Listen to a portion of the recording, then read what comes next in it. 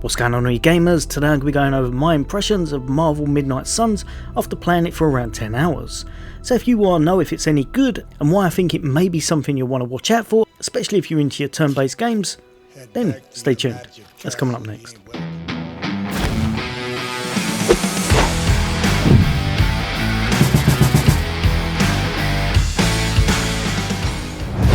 Welcome back everyone. Today we're taking a look at Marvel Midnight Suns, the newly released game from Marvel and Firaxis, the same team that made XCOM and XCOM 2.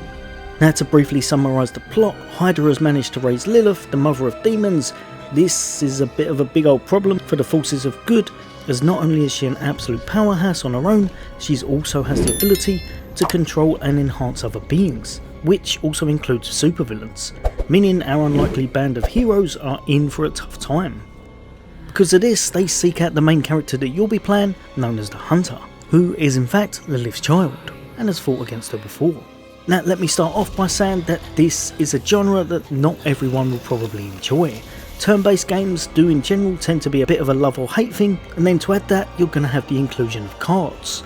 I was a bit sceptical at this, I must admit, but after sinking a few hours into this game, I can honestly say that it works very well. Now like I said, the game does allow you to create your hunter character, and he or she will be used in, as far as I can tell, pretty much all of the main missions. You'll also be able to customise him or her, although it's far from the most extensive customisation I've seen in games. However, to make up for that, you have got some facial hair customisation that would make even Henry Cavill proud. So the game itself is a kind of blast from the past, as the Midnight Suns was a Marvel comic from the 90s, wherein a bunch of heroes, or should I say anti-heroes, such as Ghost Rider and Morbius join forces and set out to defeat evil. This game reenacts that, but with a much larger cast of heroes, and often with a bit more lightheartedness to it. Now like I said, I've only played for around 10 hours so far, and I will be bringing out a full review after I've fully completed it, but so far I'm really impressed with the game. It has so much to it, and is definitely a game that you can sit down and sink a lot of hours into. In fact, at 10 hours I felt like I was barely scratching the surface. Now when you're not in combat, the game will see you moving around your home base, known as the Abbey. Here you'll be getting to know your fellow teammates and upgrading the facilities, making yourself and the other team around you even stronger. You can manage to increase their stats, learn new card skills and upgrade them as you go. Upgrading the cards is actually nice and easy.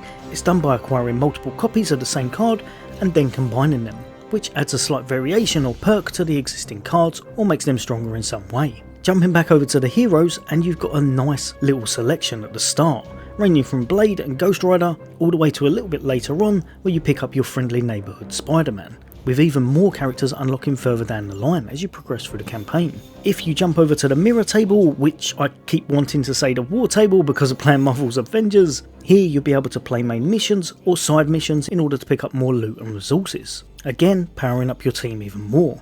Now from what I've heard so far, the game is actually pretty long and will take probably in the region of 70 hours plus to complete. Within this time, like I said, you'll kind of find the game's broke up into two segments. One when you're at home in your home base and just trying to talk to everyone, and then of course the time when you're out spent fighting. The first segment, the Abbey, sees you spending a lot of time talking to different characters, raising your bonds and friendship with them, upgrading the facilities and having some quite fun conversations that sometimes give rewards. If you want to get the absolute most from the game and do everything, you will need to be talking to a lot of these heroes, and it probably will take a little bit of time. In this respect, it's very RPG-like. In fact, after looking it up, it seems that there's apparently over 65,000 voice lines in this game alone, which to me is quite insane for a turn-based game. But here's the thing, you don't have to speak to everyone. It tells you quite early on that once the tables open up, you can progress the game, do your missions and such, and a lot of the talking to people will be a little bit optional, although you will have to do some obviously in order to progress the campaign. But here's the thing, if you want to unlock all of the friendships, you want the perks, you want the best gear, you probably will be spending a bit of time speaking to people. But like I said, some of it will be optional. However, I don't know if it's just me, and I don't know if it will get old really fast later on, but at the moment I actually really enjoyed a lot of the conversations. The voice acting is really good in this game. A lot of the conversations are either meaningful or they give you a little bit of backstory on the characters, or some of them just show you their actual personality. As a big Marvel fan, I found that some of these cutscenes and conversations were actually very enjoyable. Now moving on to the combat, and for me this was one of the things I was a little bit worried about. With the inclusion of the card system, I thought that it could go either way, and I was worried it was going to be a bit of a disaster. But surprisingly it manages to pull it off very well, feeling both similar to standard turn-based games, but varied enough that it feels a little bit fresh. To me, giving the genre a little bit of a new lease of life, as you'll be working out what the best cards are, what the best characters are, and how they all work together. There'll be quite a few team combos in fact that tend to take on the enemy much better than others. Also during the combat you are very much able to interact with the environment in order to dish out damage to the enemies. Over to the cards or abilities that your characters will be using, and some of them look truly amazing. For example, the combo skills you're able to obtain later on, or of course some of the heroics that you'll be working towards in order to do usually some significant damage to your foes. In general for the combat you'll be using standard or skill moves in order to build up your heroic energy, and then you'll be able to use really powerful skills once you have enough of that heroic resource. Now if you think this sounds easy, let me tell you it's really not. There's a whole bunch of difficulties that you can set in the game as you progress, similar in style to Diablo 3. The harder you're going to set the game, the more rewarding it's going to be for your character, who instead will level up faster. However, even on normal, I found that this game was quite challenging, and early on I was very often getting 1 star. You're going to need to work out what characters work well together and start upgrading your cards, as well as use some nice tactics during your encounters in order to proceed and get better stars, with I think the max being 3. You'll probably find yourself changing things up very often in order to see what works for you. For me, it probably ends up being my boy Ghost Rider, as he is an absolute beast, using Hellfire and his ride to absolutely decimate the enemy, and look pretty cool while he does it.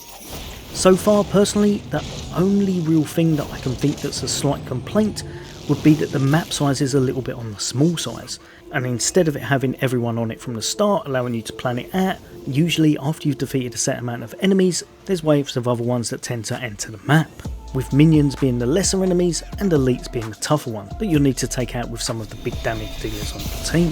However, this is a very minor gripe, and the combat still feels very clean, and there's no timer so you can plan it out to your heart's desire. Also, some of the bosses look absolutely spectacular. The character models in this game, the bosses and the characters you play as are definitely top notch, and you can customise your entire roster back at the home base. Pretty much everything from a silver clad Ghost Rider to a blade bopping around the speedos ready for a quick dip. Also in the game, something that I've only just touched on and haven't got too far into, but there is a kind of light and dark system involving how your character interacts with other people. This reminds me very much of Mass Effect, and I really enjoy it. It changes the dialogue, it changes how your character speaks to people, and sometimes it will determine how they speak back to you. It also tells you that once you get this to a certain level, you will be able to unlock different cards for your character, based on your alignment. To me, this is another cool aspect of the game. But yeah, so far I've got to say, with everything I've played, I'm really impressed. This game definitely has a lot going for it, and for anyone who likes Marvel and enjoys turn-based games, I definitely think this is one to watch out for, as it will provide a lot of gameplay, and so far it's very fun. But yeah, let me know in the comments. I'll be bringing out a full review, like I said, as soon as I know everything about the game and I've completed it. But for now, take care. As always, I'll see you on the next day.